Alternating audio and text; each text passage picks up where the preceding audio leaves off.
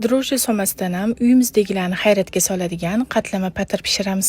Suv, tuxum, tuz, unni solib, o'rtacha yumshoqlikdagi xamir qoramiz. Tayyor xamirimizni teng 3 qismga bo'lib tindirishga qo'yamiz. Endi idishimizga 3 xil yog'ni baravar solib eritamiz.